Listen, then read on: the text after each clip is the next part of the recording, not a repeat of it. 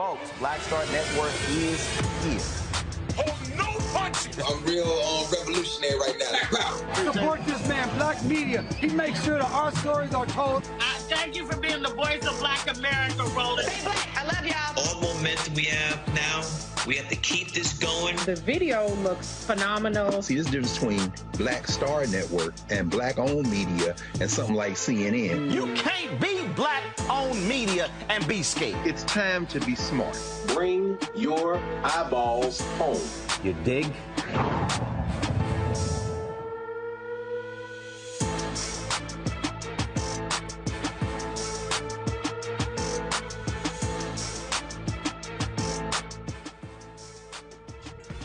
Today is Wednesday, July 27, 2022. Coming up on Roland Unfiltered, streaming live on the Black Star Network. We are live in New York City on the third day of the opening of the Jackie Robinson Museum, where tonight they will be actually having the screening of the movie After Jackie. And there was a celebrity Q&A after that. We'll be broadcasting that live for you. Also on today's show, the United States proposes a prisoner swap to get Brittney Griner back home. We'll tell you about that, give you those details. Also on today's show, the Department of Justice hits a real estate company owned by Warren Buffett, the second largest racial discrimination, housing discrimination settlement in American history. We'll give you those details. Also, President Joe Biden no longer has COVID. We will show you exactly what he had to say. Also on today's show, Nikki Fried, she's running for governor of Florida. She will join us on Roland Martin Unfiltered. And Tiffany Haddish will join us in our Tech Talk segment. Yes, she is involved with the technology company. We'll tell you all about it. All that and more right here on Roland Martin Unfiltered on the Black Star Network. It is time to bring the funk. Let's go. He's got it. Whatever the miss, he's on it. Whatever it is, he's got the scoop, the fact, the find. And when it breaks, he's right on time and it's rolling. Best believe he's knowing. Putting it down from sports to news to politics. With entertainment just for kicks, he's rolling. It's on go, y'all. It's Roland Martin, rolling with Roland now. He's funk, he's fresh, he's real, the best, you know he's Roland Martin now.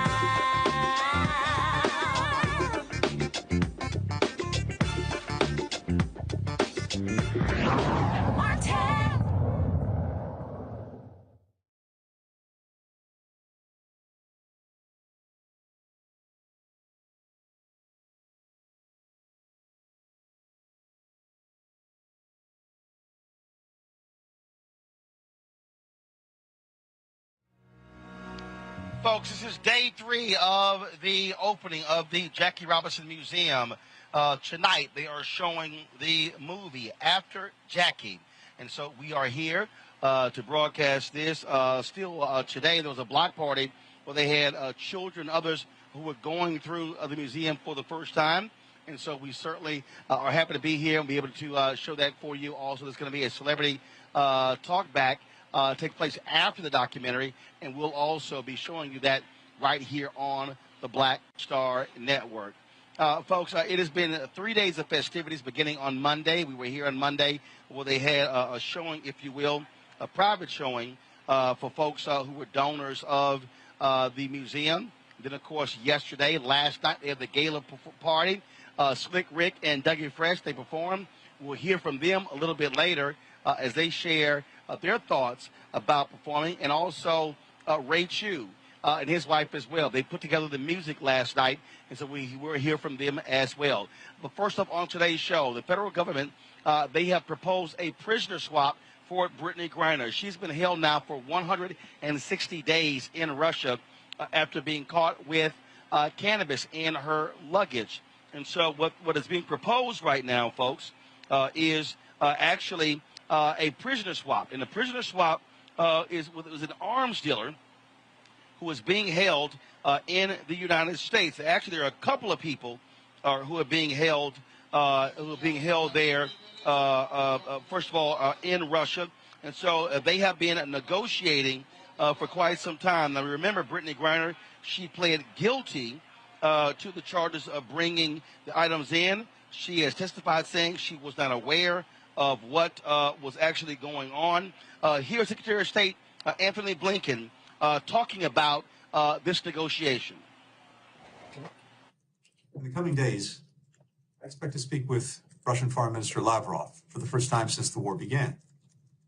I plan to raise an issue that's a top priority for us: the release of Americans Paul Whelan and Brittney Griner, who've been wrongfully detained and must be allowed to come home.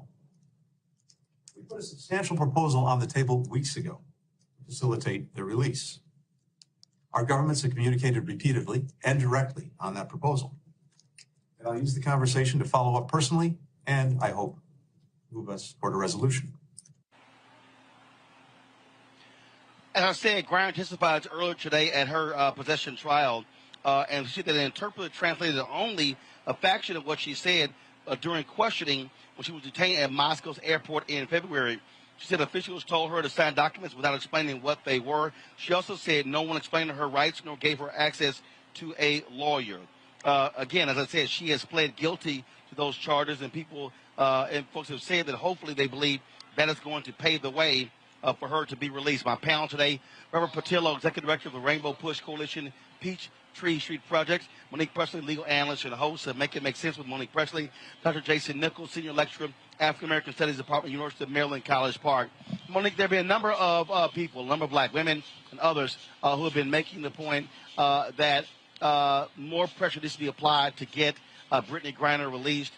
This proposed prisoner swap was what many people said was we were eventually going to get to. And so if this is successful, Brittney Griner may very well be on her way home soon.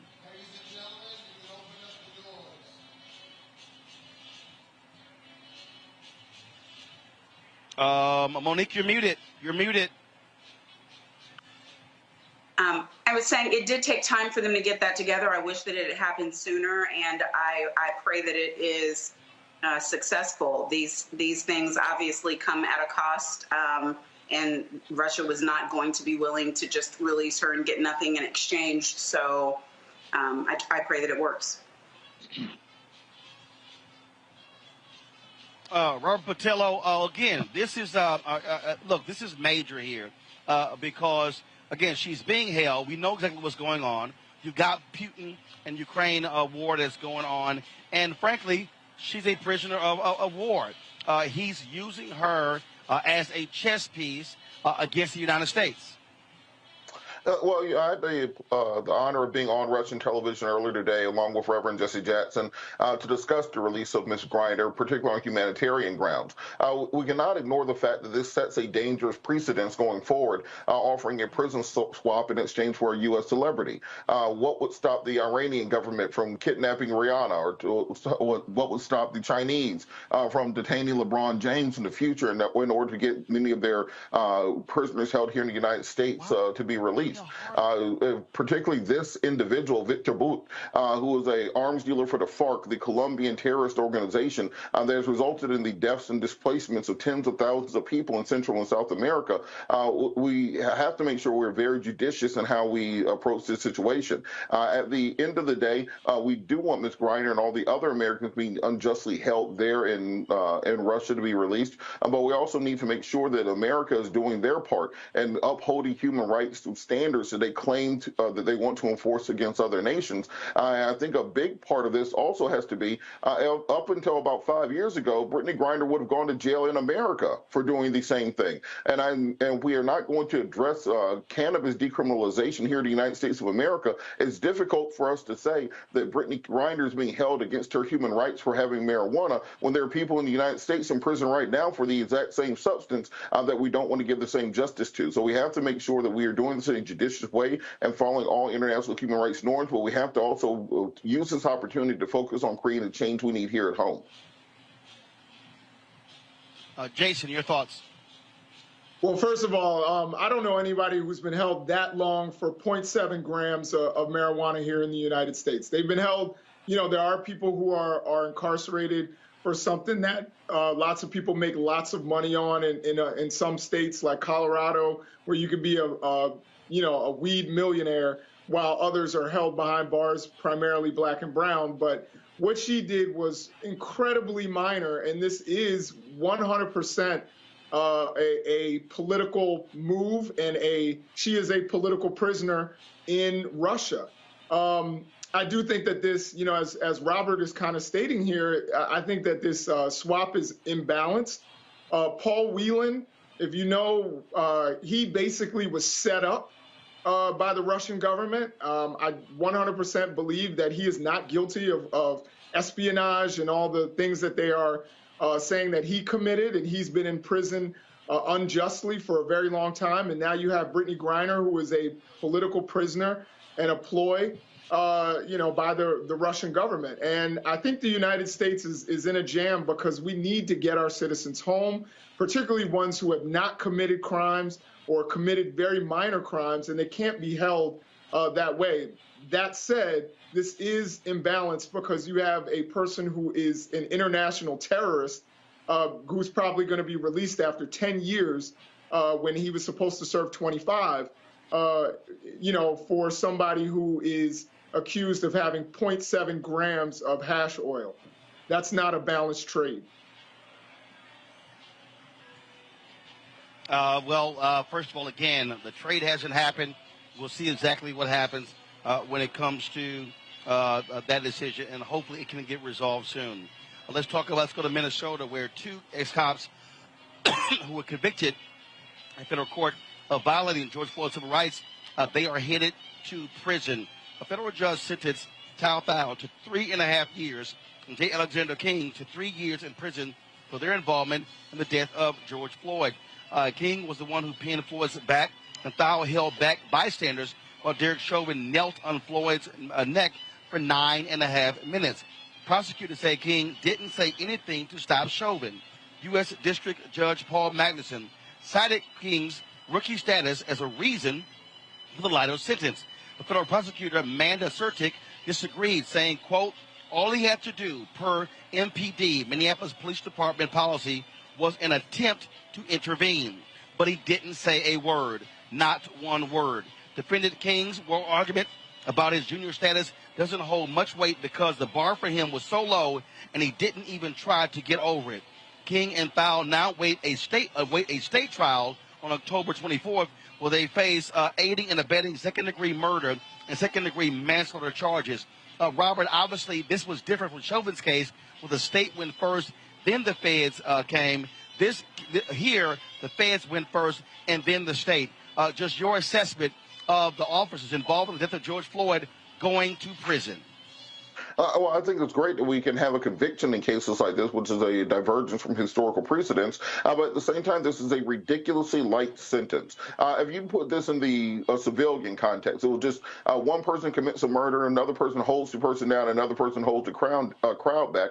They all would have been charged with felony murder or under accomplice liability and all face the exact same punishment. In this case, you have somebody serving 3.5 years, which is less than a slap on the wrist when it comes to the amount of time they will actually serve for the extensive aiding and abetting or being party to a murder. And so I think while we can celebrate the fact that the justice system has worked in some measure, we do have to ensure there is parity and fairness in our judicial system, where simply being a quote-unquote rookie cop doesn't inoculate you from the full punishment of the law that any other citizen would face.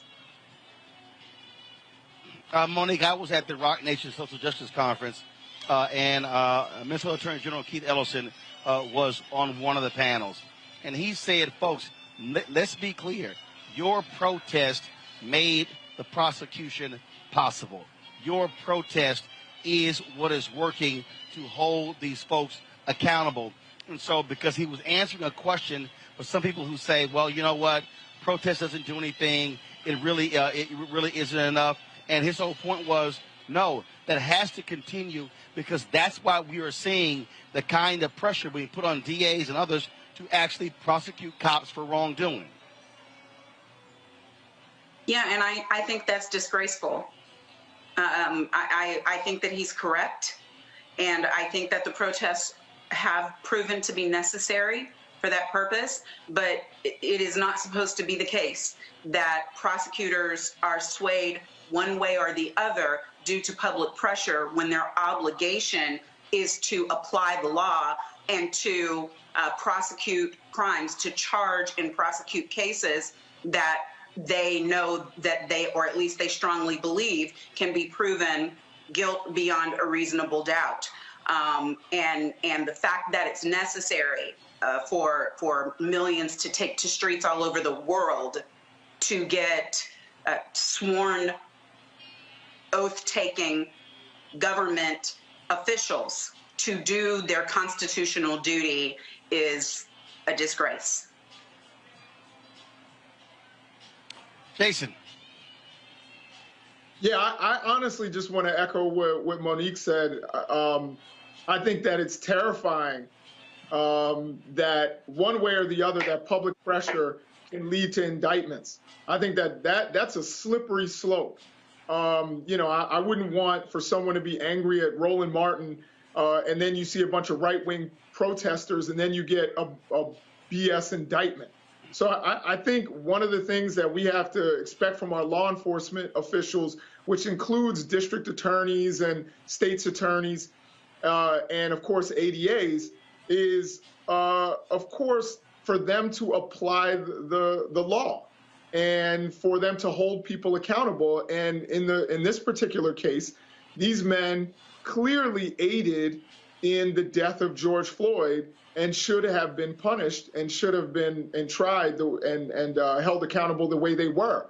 But it should not come from public protest. I think that's a dangerous, I pronounce it precedent. Now I'm like questioning myself because I keep hearing my brother Robert Patillo say precedent. But, it sets a dangerous tone for the future where that can be held against, innocent people are put through a prosecution because of public pressure. And it shouldn't be that way. Can I add something? Well, here's the deal. Yeah. I was just going to say it's not a dangerous precedent for the future.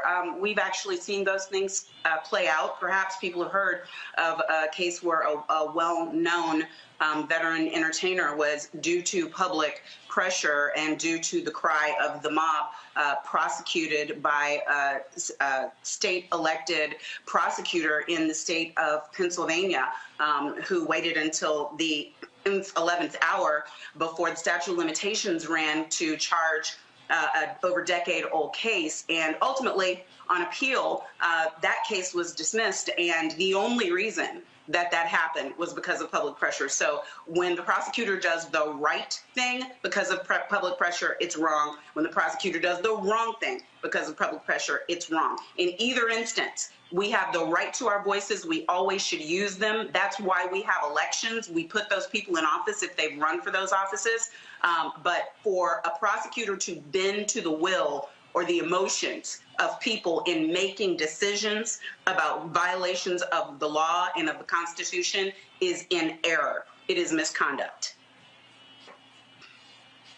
Well, look, I understand the point that Keith Ellison was making, and what he was trying to say to people is that taking to the streets protest does indeed matter because it's about holding people accountable. And the bottom line is this here. It's not like we've actually seen a plethora of DAs doing the right thing by prosecuting people. So I understand his point, and I agree with it 100%. Got to go to a break. We come back. We'll talk with Nikki Fried. She's running for governor of Florida. The question is this here. Can Democrats in Florida get their act together? That used to be a blue state. Then it was a purple state. Florida is now a red state. Can she be the Democratic nominee to beat Ron DeSantis and all the money that he has raised as the incumbent governor? That is next on Roland Martin Unfiltered, broadcasting live from the Jackie Robinson Museum grand opening week right here on the Black Star Network.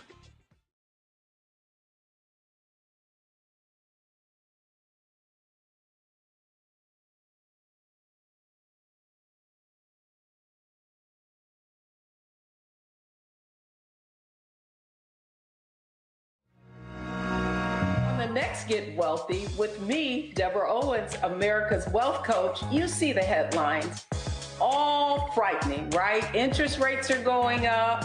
The recession is on the way. The stock market is up and down. But you know what they say, scared money don't make money. That's why I'm excited on our next Get Wealthy to have a conversation with someone who has written a new book, Fearless Finances, and she's going to share exactly what you need to do to secure your bag regardless of the ups and downs of the economy or the stock market. Oftentimes you can start with as little as $5. That's right here, only on Get Wealthy on Black Star Network. Pull up a chair, take your seat. The Black Tape with me, Dr. Greg Carr, here on the Black Star Network. Every week, we'll take a deeper dive into the world we're living in. Join the conversation only on the Black Star Network. My name is Charlie Wilson. Hi, I'm Sally Richardson Whitfield. And I'm Dodger Whitfield. Hey everybody, this is your man Fred Hammond, and you're watching Roland Martin, my man, Unfiltered.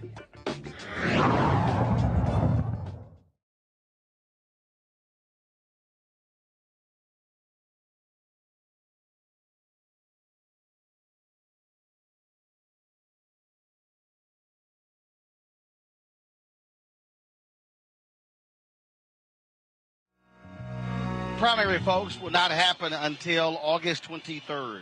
And there are 4 Democratic nominees for governor who want to be the one to run against incumbent Governor Ron DeSantis. Those 4 candidates are Congressman Charlie Crist, former governor of Florida, Cadence Daniel, Robert Willis, as well as the Agriculture Commissioner of the state, Nikki Fried. Nikki joins us right now on Roland Martin Unfiltered. Glad to have you on the show, Nikki. Thank you so very much. First and foremost, Ron DeSantis has raised a significant amount of money. He is a darling of the MAGA crowd. He already has his eyes set on the running for president in 2024, but he wants to do so as the governor of Florida.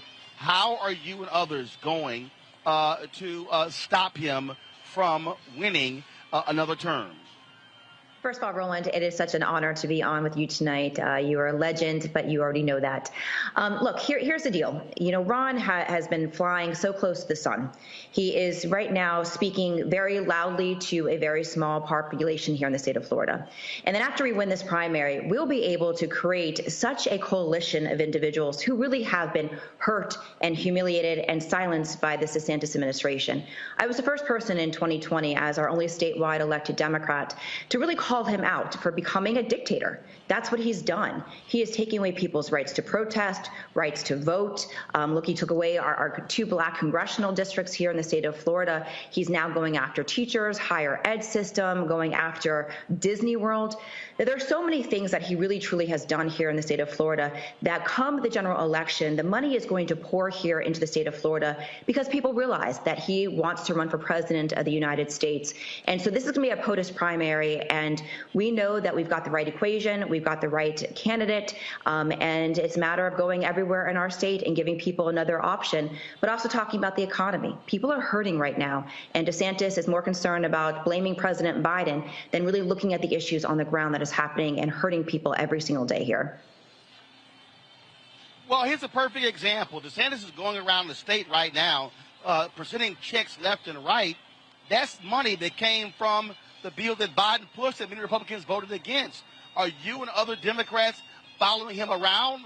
Are people holding up signs saying, hey, thank Biden, these checks ain't DeSantis' money. This came from the Democratic president. I mean, here's a guy literally trying to take credit and burnish his credentials with money that Republicans did not want to vote for. Absolutely. You know, when that money first was passed in 2021, you know, he came out and said, well, we didn't get enough money or we got too much money. And so I called out his nepotism and I called out the hypocrisy of some of those dollars.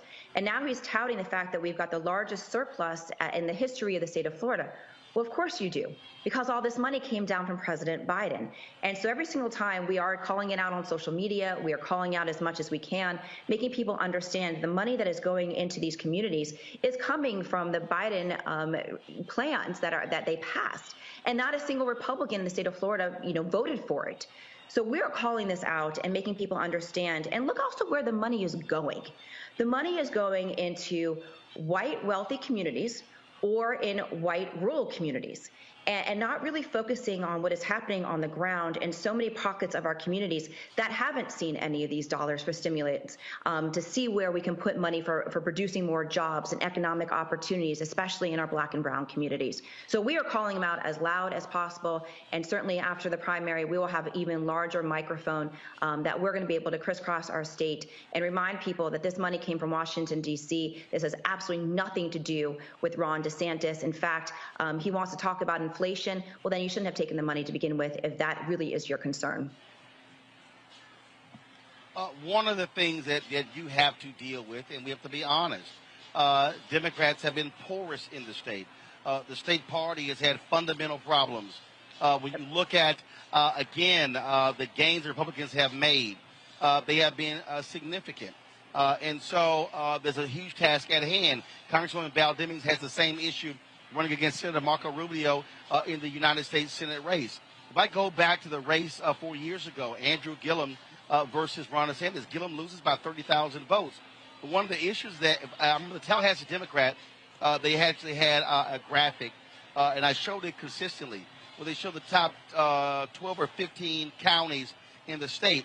Well, it took you to get to like number 11 in terms of turnout before you saw a blue county. I believe that was Broward County. Miami-Dade was lower. And so what are you and others going to do or trying to do to really repair the infrastructure of the Democratic Party in terms of being able to get folks out to vote, appeal to Latino voters? They've been voting significantly with Republicans, but also turning out Black voters. If you don't do well as Democrats in Broward or Miami-Dade County, you have no shot at winning. What's the plan? Yep, absolutely, and you're 100% correct. You know, when I ran in 2018, so I was on the same ticket as Andrew, and I thank every single day the Black voters that came out, because I know that they mobilized and they came out for Andrew, and I reaped the benefit of that. And so understanding what happened in 2018 and what Democrats do really bad, we spend so much time and energy talking about just the top of the ticket and putting all of our resources at the top of the ticket. And down ballot candidates, our grassroots organizing events, our caucuses, our clubs, our House and our Senate seats, our city and county commission seats don't have the resources that are necessary. So it's part of my pledge that we need the money at the top, but we need to make sure that it's going down. And what's really cool is that we have the opportunity this year that there may be 4 women that come out of this primary season, and 3 that would be women of color. And so looking at the ways to actually market and brand the Democratic Party and do commercials together, all 5 of us, that would be Val, myself, and the other 3 members of the cabinet on the slate doing commercials together, really exciting the base, showing the complete difference. The other thing that we don't do well, which is something that I did well in 2018, which is how I won, is that we only focus on the blue counties. The only person who's been able to do this well in Florida since our last Democratic governor is Barack Obama. And he came and understood that we can't just talk to the blue areas. We've got to go to the red rural communities, go to the red counties, and make sure that we're losing by less. And that's what I did in 2018. I targeted 13 counties in my state and said, I know I can't win these. I flipped 2 of them, but losing by less in some of those areas to make up for the gap. Because no matter how much that we turn out in Dade and Broward and some of our other blue areas, we can't overcome if we ignore them. And when it comes to the Hispanic community, we also in 2020 ignored them. We basically conceded the state. We had very little involvement from the Biden campaign here in 2020, where you saw the Trump machine come here and talking to the Hispanic community. So day 1 of my campaign, we started what's called the Nikki Escucha Tour, Nikki Listens. We crisscrossed our state talking to the Hispanic community, but not as a whole. We talked to the Puerto Rican community, the Cuban community, Colombian, Venezuelan, even making sure that we're talking to the Haitian community, which is different than just the Black community, making sure that we're talking to the Caribbean community.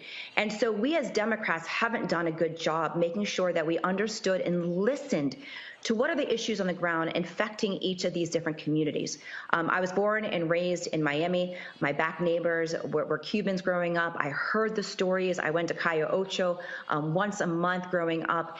And a lot of times is understanding that the personal plight that so many of these individuals went through to get to Florida, get to America, understanding those situations and saying, look, at the end of the day, we all want freedom. We all want democracy. And unfortunately, you've got a governor right here who's doing just the opposite. And we understand the economic struggles that so many people are dealing with today that Ron DeSantis is not dealing with, wants to focus his time and energy on Washington, D.C., and not in the actual backyards of the people here in our state. Well, here's a perfect example. Here's Ron DeSantis, just flat out lying in this news conference. See if I can play this here. Here we go.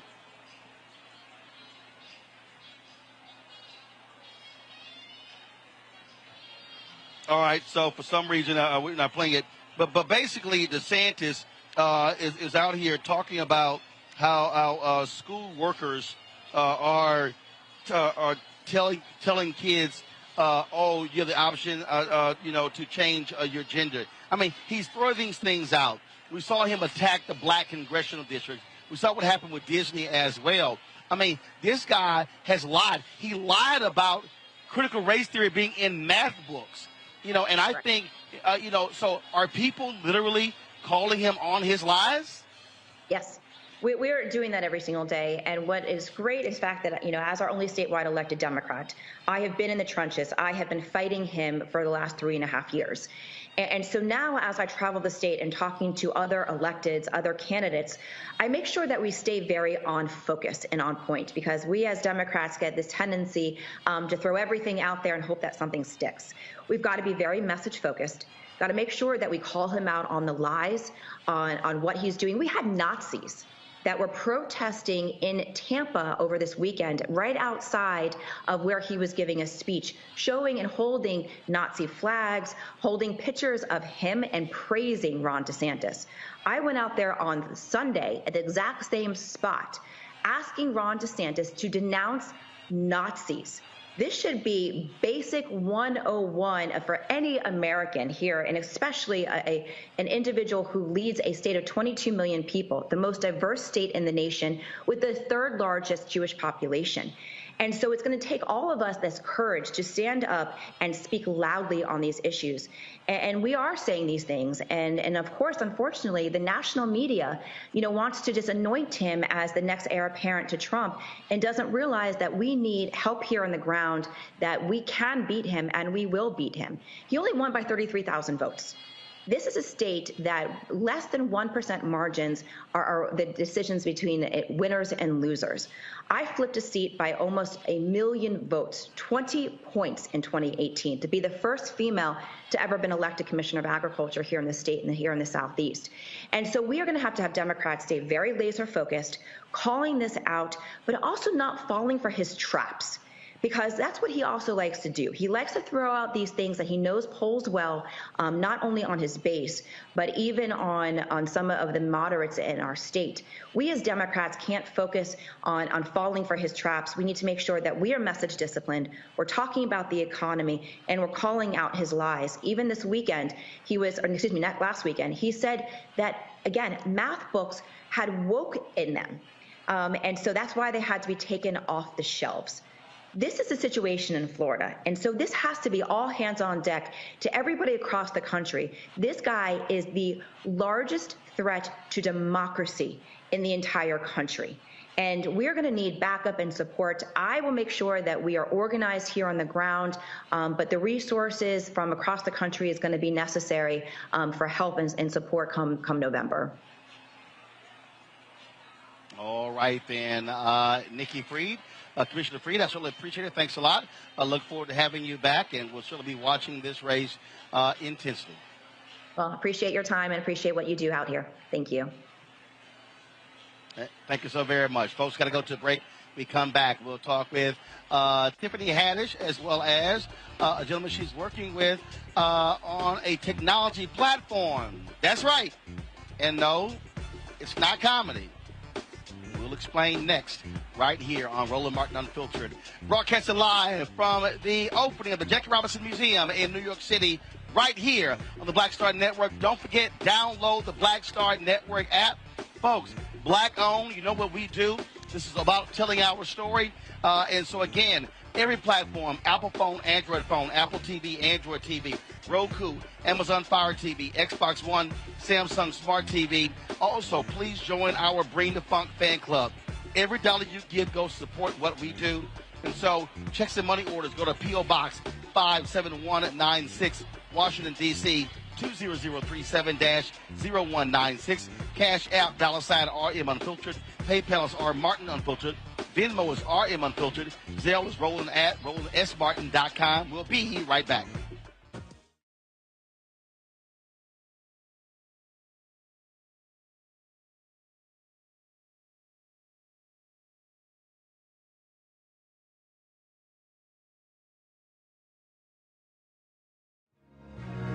Next Get Wealthy with me, Deborah Owens, America's Wealth Coach. You see the headlines, all frightening, right? Interest rates are going up.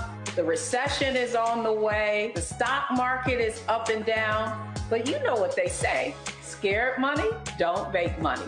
That's why I'm excited on our Next Get Wealthy to have a conversation with someone who has written a new book, Fearless Finances, and she's going to share exactly what you need to do to secure your bag regardless of the ups and downs of the economy or the stock market. Oftentimes you can start with as little as $5. That's right here, only on Get Wealthy on Black Star Network. I'm Deion Cole, and you're watching Roland Martin Unfiltered. Stay woke.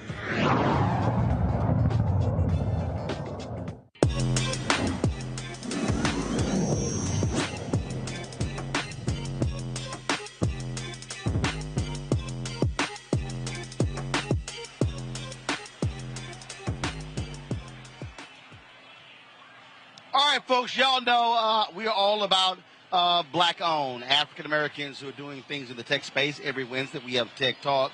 And so my next guests are two folks who have come up with a concept that, you know what, maybe you're tired of Zoom or you're tired of Microsoft Teams or Google Meets or any of the other platforms out there. It's called Bizio, B-I-Z-I-O. Comedian Tiffany Haddish, she has teamed up with Richard Thompson, founder of Digital Air Technology and Analytics, to create this platform. Richard joins us from New York. Tiffany is out in L.A.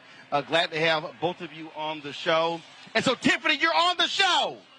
Yeah, I'm on the show now.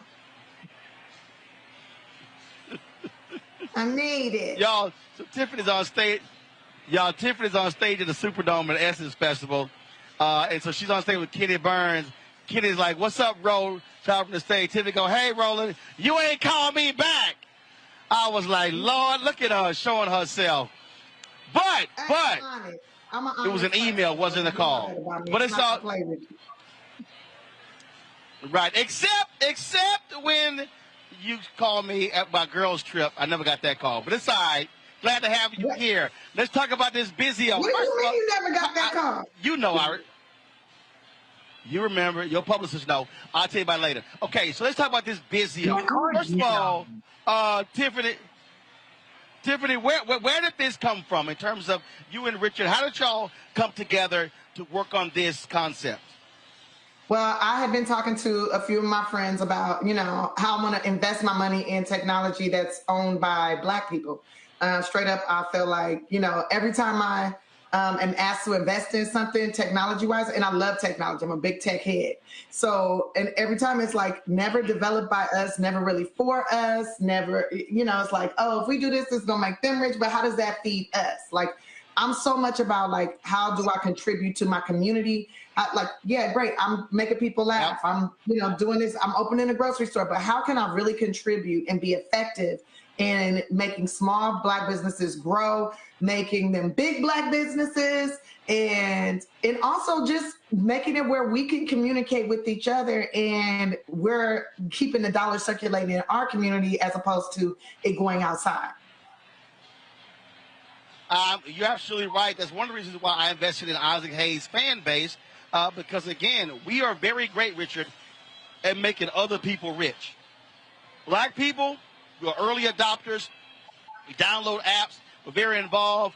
Yet, when it's black-owned, folks are like, I don't quite know. And I'm like, yo, what the hell? Have the same energy as you have for some other folks. And so, Richard, how long were you working on this idea? How long were you working on this idea? How long has it been around? Okay, thank you. Well, Mr. Martin, I want to thank you first. It is an honor being on your show, get a chance to meet you. Like you've been in one of the major journalists that's been putting our African community in the place where it should be. Myself, I've been developing enterprise technology for over 25 years. Been building up most of the communication systems for Barclays Capital, BlackRock. I used to run front office New York derivatives for Barclays and front office trading for BlackRock. And one of the things that always got to me is that it was very little recruitment of African Americans to the front office space, where dollars are really made at. And if you also look in enterprise technologies like Microsoft, IBM, Google, when it comes to the recruitment of our community, it's very little. It's less than 3%. So those things bother me very much. I left in 2011 to actually go after how do we actually move the needle. And that was creating the enterprise technology company so we can actually have a competitive space of a Microsoft, of a Google, of an Apple, not just apps. No, let's get to the core of it, and then also get to the core of how do we put ourselves in capital markets. I got a chance to meet Tiffany through a very good friend of mine. His name is Jimmy Martinez, Jimmy Marr. We had wanted a voice that was true, someone that is actually committed to the cause of helping our community. And Tiffany, seeing what we were doing right from the gate, this always gets to me because she loves her people so much. She just put her money right in. She's like, Rich, I see what you guys are doing. I see this commitment. Your struggle is our struggle. Your victory is our victory. So we just came together. Said, you know what? We just gonna do it ourselves. We're always marginalized in technology. We're always marginalized, and we can't manage our money. I was like, forget this. We've been doing it for so long.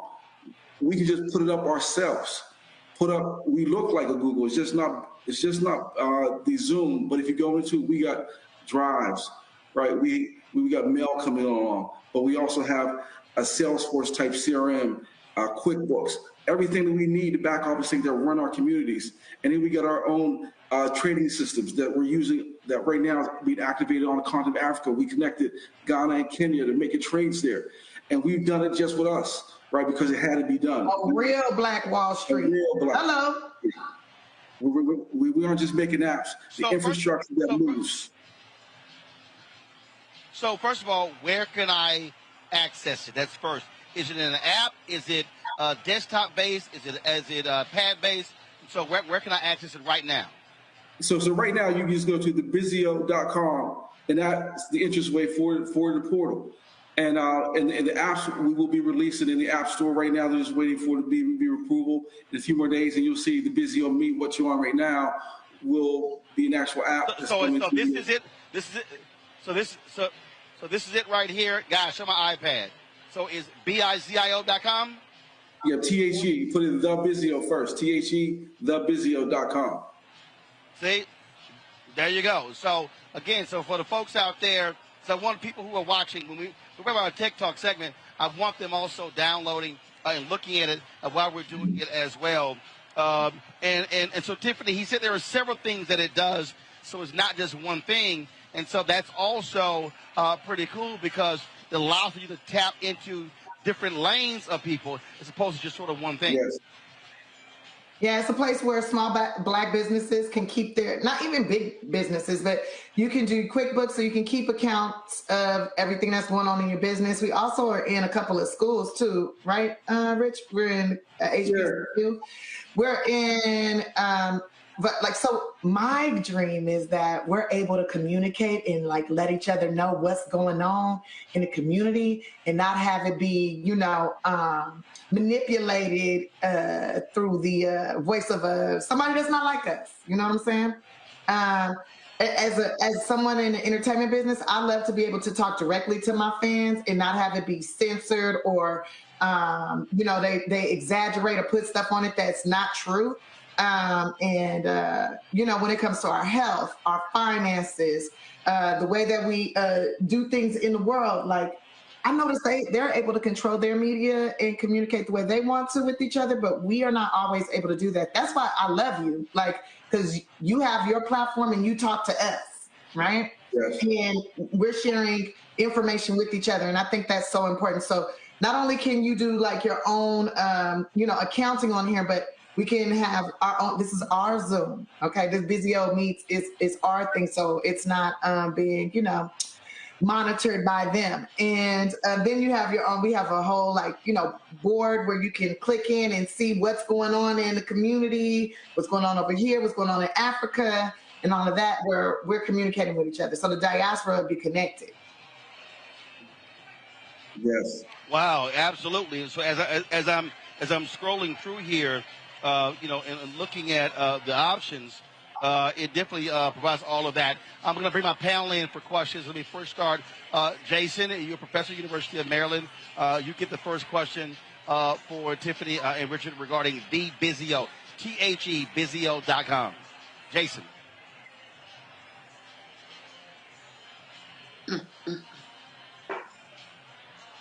Jason, hit them. You're muted, dude. Oh, I'm sorry. Let me start. Lord have mercy. Real quick.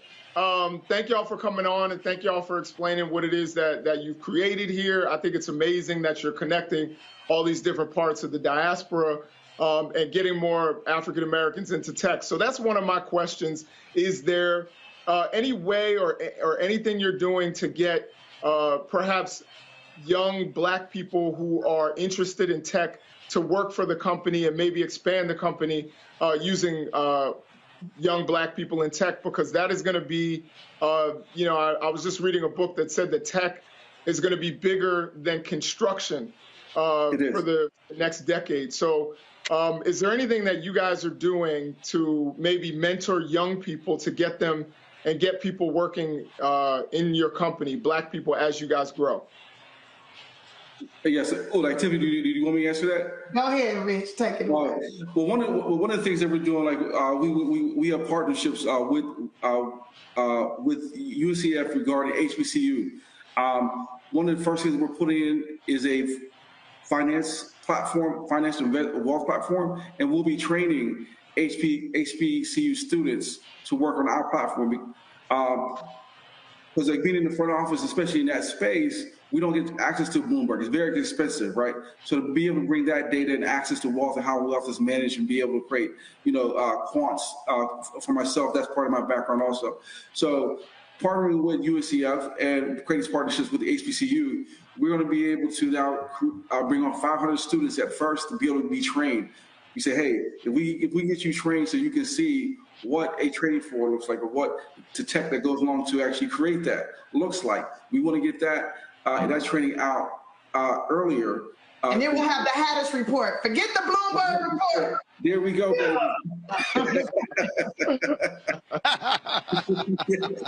There we go. We come up with all that energy. Well, I have some Black students too, if you need, if you're students, I'm not at an HBCU, but we definitely have some Black students at the University of Maryland. If you're looking for some talented students, let me know. Yes.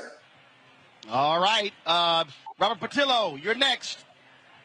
Thank you all so much for this outstanding application. I do have a question about growth. A lot of things, it's not about the product itself, it's how it's advertised, how it's pushed to people. Have you guys reached out to Black content creators, bloggers, internet influencers, business owners who can, in putting this into their hands to make sure that they can push out to the audience?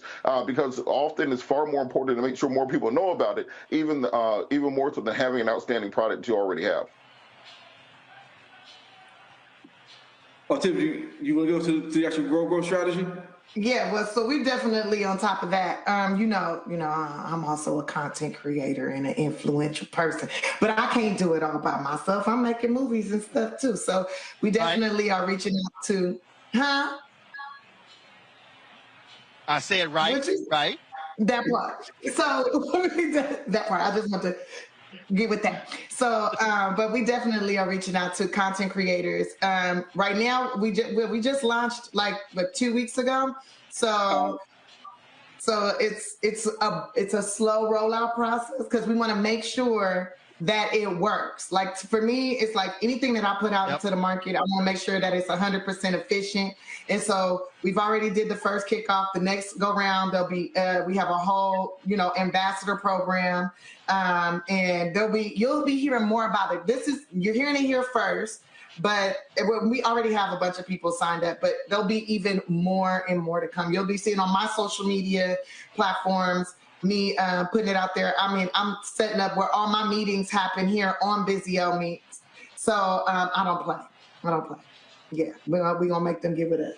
Oh, and that's how you actually do it, Monique. Yeah, I first of all, Howard University is right down the street. I just want to clarify that for that University of Maryland offer.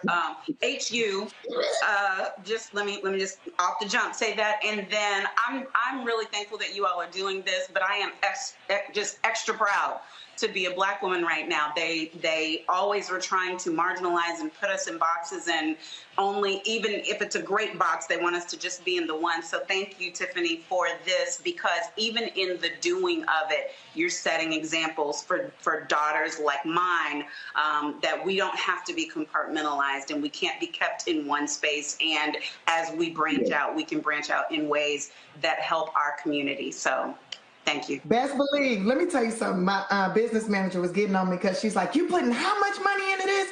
You could go on vacations. You need to move out of South Central LA and move into the Hollywood Hills, Beverly Hills. And I'm like, I'd rather stay in South Central LA, invest my money in companies that I believe in that are owned by us, and watch them grow and see South Central LA turn into Beverly Hills. That's right. See my community transform into something amazing. And like, I could be like really like stingy, so go buy me like all designer clothes, which I've been doing kind of, but they've been giving them to me because I talks about it.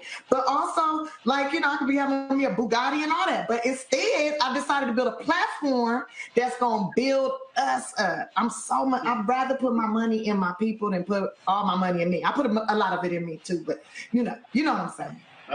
Amen. But the thing there, but the thing there, Richard, what Tiffany just said is that, and I need all these Black folks right now who are watching us on the Black Star Network, who are watching us on Facebook, on YouTube. Also, y'all on YouTube, stop freeloading. Hit the damn like button. We should be at 1,000 by now. But here's the whole deal. Black folks spend too much time flossing. Ross Perot, way too much, who passed away. Ross Perot was worth $3 to $4 billion. Ross Perot, remember that ran for president? He drove a minivan. Mm-hmm. Warren Buffett got like damn near $100 billion. He drives like a truck. So the thing is, so I get, hey, the finer things in life, but the reality is, what Tiffany's doing, saying, look, I put $50,000 into fan base. That's called taking money, and you might have a multiple of 100, 500, 1,000. Everybody running around right now trying to buy the lotto tickets to hit that lotto. That mega millions is now over $1 billion. But guess what? If you invest your money in certain companies, that could be your billion. Exactly. I'm tired of these dudes wearing diamonds on their neck but still renting a one-bedroom apartment. Get out of my face with that. I want people around me that own land. I want to show my people how to own land, own companies. That's where the money's at, baby. Yes. Like, that's where the growth is. That's where you will be able to see your children have food on the table every day when you build something that we use. We spend more money on other people's stuff as opposed to let's build it ourselves and make it spend it for us. Like, let's watch us grow. There'll be less crime, I can tell you that much. Yes. There'll be less of us in jail. And Tiffany, to actually add to that, let's say the digital revolution industry is actually happening now because we got Web3 happening, which, you know, the privacy and security of data, and then you have the industry 4.0, which talks about automation, right? Those two things are happening. And without us training our workforce to be able to participate that, because the businesses are not going to train our communities. The Bizio is built on that architecture so that we can now train our communities to create wealth for our community. And if you look at those companies, they represent $7 trillion worth of market cap. So if you go into Microsoft, Apple, Google, Facebook, that's $7 trillion, right? Little of that comes to our communities is hit. So if we create enterprise that looks like those companies and we actually protect our data, now we start to get in the ball game and have a greater impact to our wealth in our future. And we will outperform now. Yes. Well, and the fact of the matter is this here, and I can tell you this, folks. I know this because of private equity. Black and minority firms outperform white firms when it comes to the private equity. But they don't get the multi-billion-dollar funds to be able to manage. And so I think this is it's absolutely fabulous idea. I look forward to actually testing it. You say you're rolling it out. So, Richard, when does the app roll out? So right now, to use the platform, can you only use it on your computer? When will we be able to use the Bizio on the iPad as well as on the phone? Yeah, they'll be available August 1st. So I will keep you updated. Right now, we're just waiting for the approval. The apps are done. So as soon as it's approved by Apple, and we're looking forward to be by the first, the top of the month, it will be available. Absolutely. Well, look, I think that is a fabulous. And again, I'm a firm believer. Where'd Tiffany go? I'm a firm believer in us. So the reason we created this segment was specifically to allow for African Americans in technology to be able to tout their products. And so we appreciate both of you joining us on the show. Richard, thank you so very much. Tiffany, thank you so much. Thank you so very much for coming on the show. Certainly let us know how it goes. And look, again, we do look forward to actually seeing this app and actually using it, because it is about us creating wealth. And look, we use technology like more than anybody else, and it's great to be able to do it with black folks. Thank you. All right, folks, I appreciate it. Thank you so very much. Thank you so very much. All right, Tiffany, I'll send you a text because I don't see your picture there. I'll send you a text. All right, folks, we're going to go to a break. When we come back, there we go. We come back, more Roland Martin Unfiltered. We'll hear from Slick Rick, Dougie Fresh, Ray Chu, Vivian Chu about the Jackie Robinson Museum. And we also will talk with the director of the movie After Jackie. All of that in the second hour. Roland Martin Unfiltered, YouTube, Facebook. Hit that like button, hit that share button, spread the message. We're here in New York City celebrating the great Jackie Robinson and his amazing legacy on the Black Start Network, black-owned, unapologetic, and unfiltered.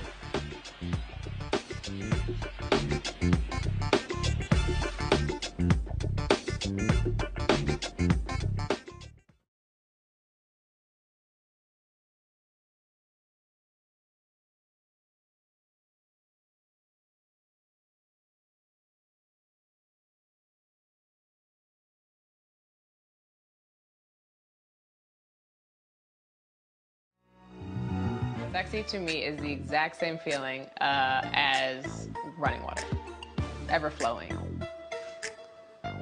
Water always finds a way to get through.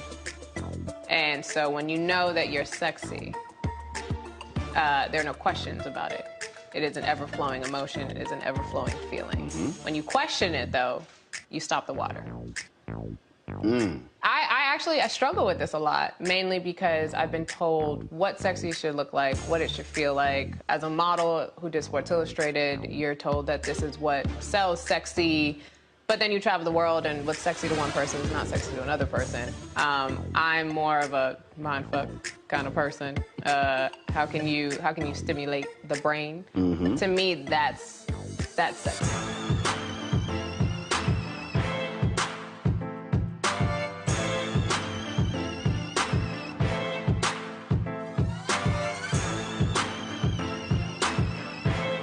Pull up a chair, take your seat. The Black Tape with me, Dr. Greg Carr, here on the Black Star Network. Every week, we'll take a deeper dive into the world we're living in. Join the conversation only on the Black Star Network. Hi, I'm Dr. Jackie Hood Martin, and I have a question for you. Ever feel as if your life is teetering and the weight and pressure of the world is consistently on your shoulders? Well, let me tell you, living a balanced life isn't easy. Join me each Tuesday on Black Star Network for a Balanced Life with Dr. Jackie. We'll laugh together, cry together, pull ourselves together, and cheer each other on. So join me for new shows each Tuesday on Black Star Network, A Balanced Life with Dr. Jackie.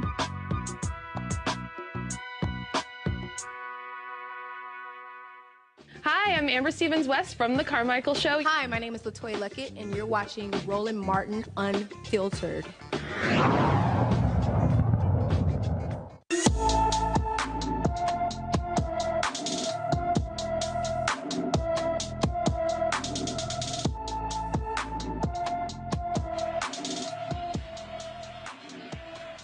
Sharmikia Williams has been missing from Crystal Springs, Mississippi since July 24th. The 15-year-old, who goes by the name Sweet Pea, is 5 feet 7 inches tall, weighs 276 pounds, with brown hair and hazel eyes. She may be in need of medical attention. Anyone with information about Sharmikia Williams should call the Copiah County, Mississippi Sheriff's Office at 601-892-2023, 601-892-2023. Some good news about a black and missing reported on the other day. Marshall Grant Griffin, he was found yesterday. We got an email from Grant's father who told us his son was found and is safe. So we are certainly glad to hear that. Folks, in North Carolina, thousands of felons in North Carolina are getting their voting rights restored. Starting today, the Board of Elections will allow anyone not currently in jail or on parole to register to vote. In March, a panel of judges struck down an old North Carolina law preventing anyone from registering until the end of their sentence.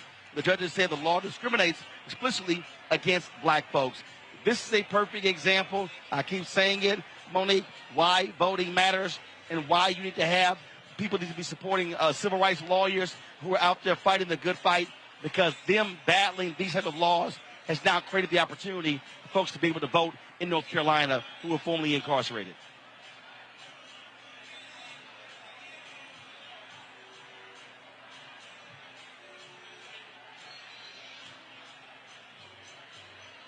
Is Monique there?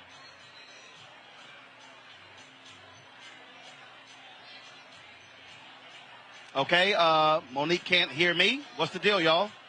Yeah. Robert, can you hear me? I hear you. Yeah, I hear you as well. Okay, you weigh in on you weigh in on this story. So yeah, I think that's absolutely correct. That the public pressure, the things that we can do as a community can actually affect change. And I can hear you, but not the show. Okay, Jason, go ahead, Jason. And this is the kind of thing that can sway elections. This is one of the reasons why we have voter suppression, trying to keep people, people who may have had a felony record, keeping them from voting. This is what swayed elections for generations in the state of Florida that we were just mentioning, was that if you had a felony record, you were disenfranchised. And once they fixed that, they started, Ron DeSantis started finding loopholes, saying you had to pay all of your court fines and everything before you could actually vote. There's no reason why people shouldn't be able to vote if they were incarcerated. There are 2 states in this nation where you can vote while you're incarcerated. It just so happens those are 2 of the whitest states in the nation, which is Maine and Vermont, I believe. So this is really important. Voting is a key element of our citizenship. And I know that as someone who teaches about, Reconstruction every semester, how important the vote was to Black people and how incarceration has been used as a means to keep Black people from voting. We need to make sure that this is the case nationwide, and this is a really important step forward in the state of North Carolina. It is. This next story, Warren Buffett's mortgage company, they have reached a historic $24 million settlement with the Department of Justice dealing with the issue of redlining. Triton Mortgage Company is accused of discriminating against potential Black and Latino homebuyers in Philadelphia, New Jersey, and Delaware from 2015 to 2019. Employees did not approve loans to Black prospects and called certain neighborhoods ghettos. The company is setting aside $20 million in loans for underserved communities and hiring minority loan officers. The company stopped writing mortgages in 2020. Despite the settlement, the company denies the allegations and insists it does not discriminate against home buyers of color. Well, we know that's bullshit, Robert and Monique, because you don't pay $24 million just for the hell of it.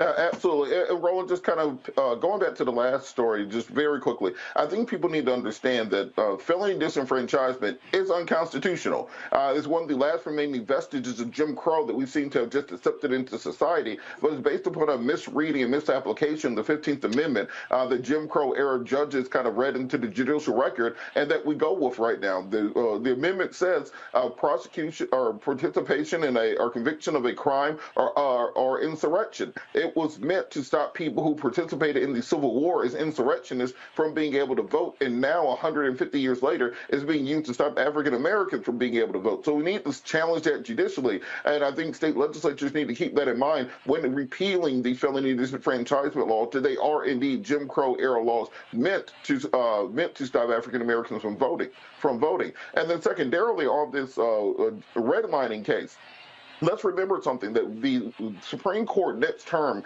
will be taking up what's called the Interstate Commerce Clause. The Interstate Commerce Clause was that expansion of federal rights that allowed the federal government to intercede in state level or individualized conduct if they had any indicia or any touching of interstate commerce. And some, that means that the only reason the federal government can enforce redlining and other civil rights standards against individual businesses is because of the Interstate Commerce Clause. What we have seen from this court right now is this 6-3 majority is willing to overturn any precedents, and so we cannot simply get distracted by some of the more media-driven stories. Once that Interstate Commerce Clause is gone, which may be next term, and which I think we need to be starting to plan for and fight against now, then all bets will be off. We'll be down to every single state being for themselves. That's a dangerous place to be at constitutionally. Monique, this is another example of the great work that Christian Clark is doing, leading the Civil Rights Division of the Department of Justice. And I will hope the White House is paying attention. They should be touting these wins in this civil rights DOJ. Yes, this is another great piece of work that they're doing, and they are, putting out the press releases, the talking points about all of these things that are happening. And so I think, it would be great for everybody to be doing what you're doing, which is covering it and pushing it out there so that as many people as possible can know about this work that is happening, because there really is only so much tooting of the own horn that the Civil Rights Division of the Department of Justice can do without it kind of crossing the lines into self-aggrandizement, which is frowned upon in government spaces for government lawyers who, as I said before, are supposed to be beholden to the Constitution of the United States. But it's up to us to take the things that they're doing, and anytime somebody says, this administration ain't done nothing for Black people, we should have a for real Black card with those things listed, and including some great things that I think will be coming down the pipe very soon, like tomorrow. All right, folks, hold tight 1 second. We come back. We'll talk more about the opening of the Jackie Robinson Museum. A little bit later, they're going to be showing the movie after Jackie. We're going to talk with the director in just a second. We'll also hear from Slick Rick, from Dougie Fresh, Vivian Chu, Ray Chu. They performed last night here, and we'll have that for you. You're watching Roland Martin Unfiltered, the Black Star Network. Back in a moment.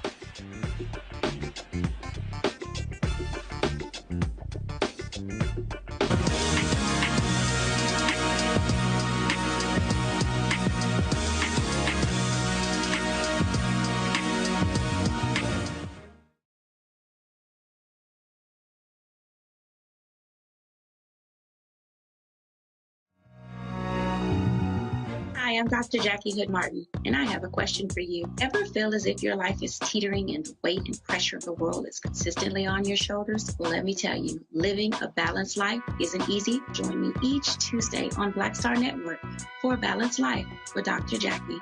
We'll laugh together, cry together, pull ourselves together, and cheer each other on. So join me for new shows each Tuesday on Black Star Network, A Balanced Life with Dr. Jackie.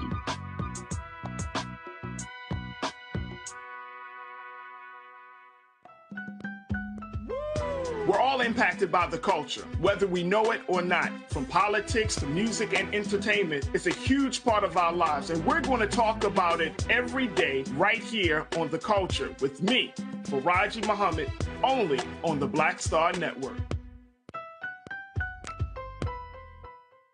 Hey everybody, it's your girl Lunel. So what's up? This is your boy Earthquake. Hi, I'm Chaley Rose, and you're watching Roland Martin Unfiltered.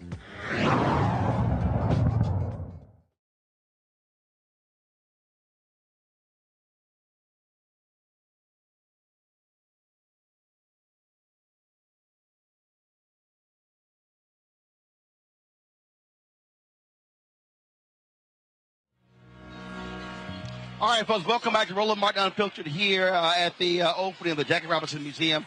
This is day 3. Last night, the big gala party took place. The performers were Slick Rick and my man Dougie Fresh. They certainly tore the house down. They were rocking all night long. I had folks out here dancing and having a good time, and so it was great to see them on the stage. We live streamed it on Black Star Network. If y'all want to see the performance, simply go to the app, and you can check it all out.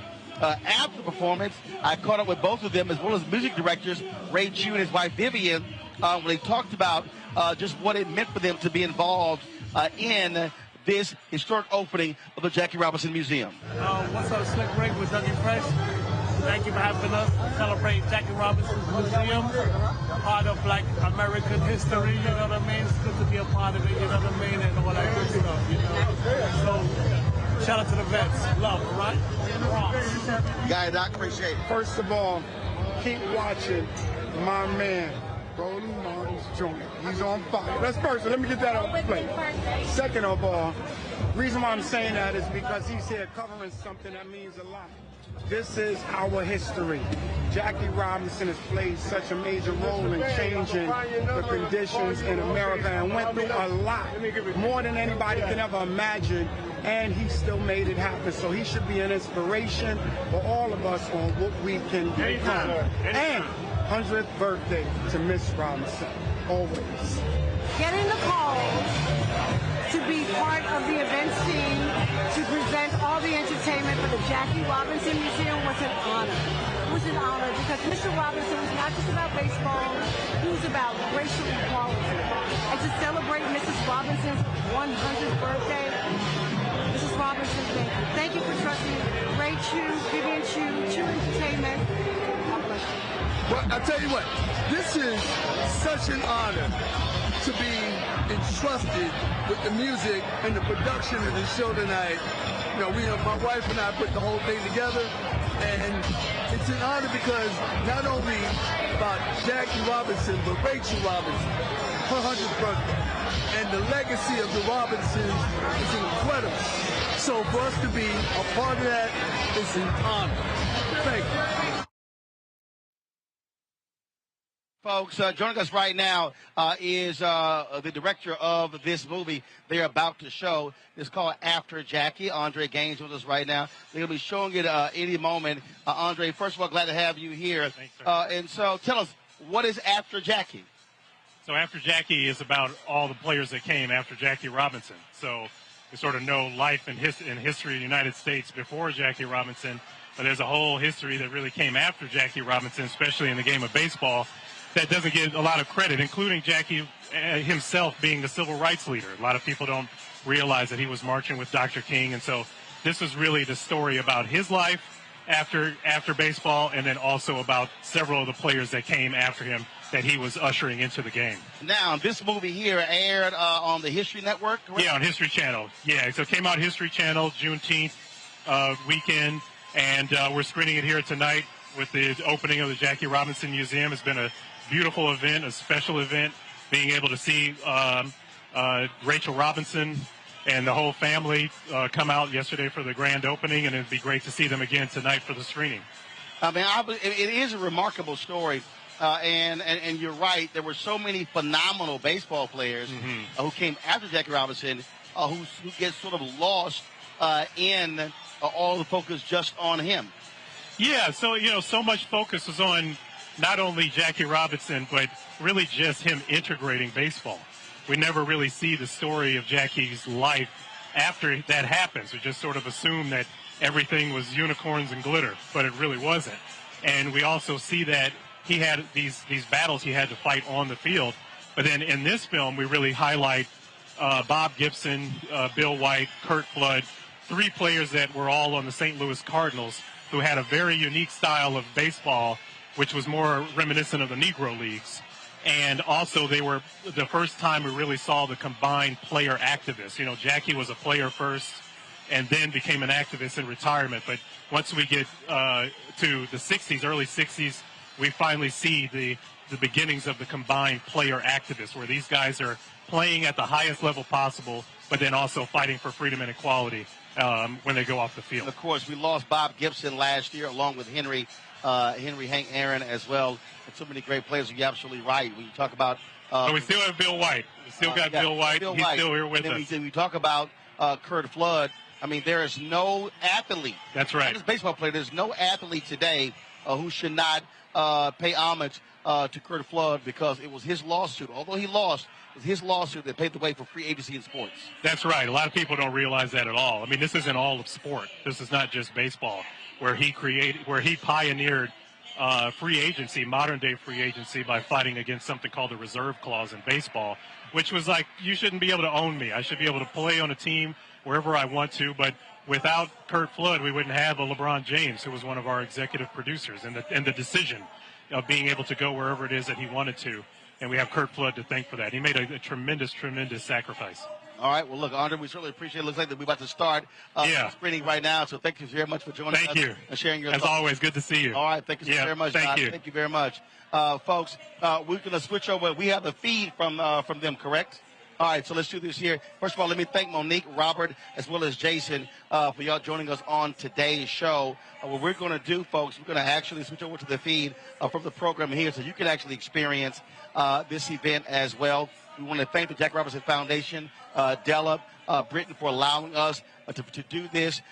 We've been broadcasting since Monday. This is why Black Star Network was created, to be able to cover these type of events that's happening in the black community all across the country. Your support absolutely matters, and so we thank all of you for doing so.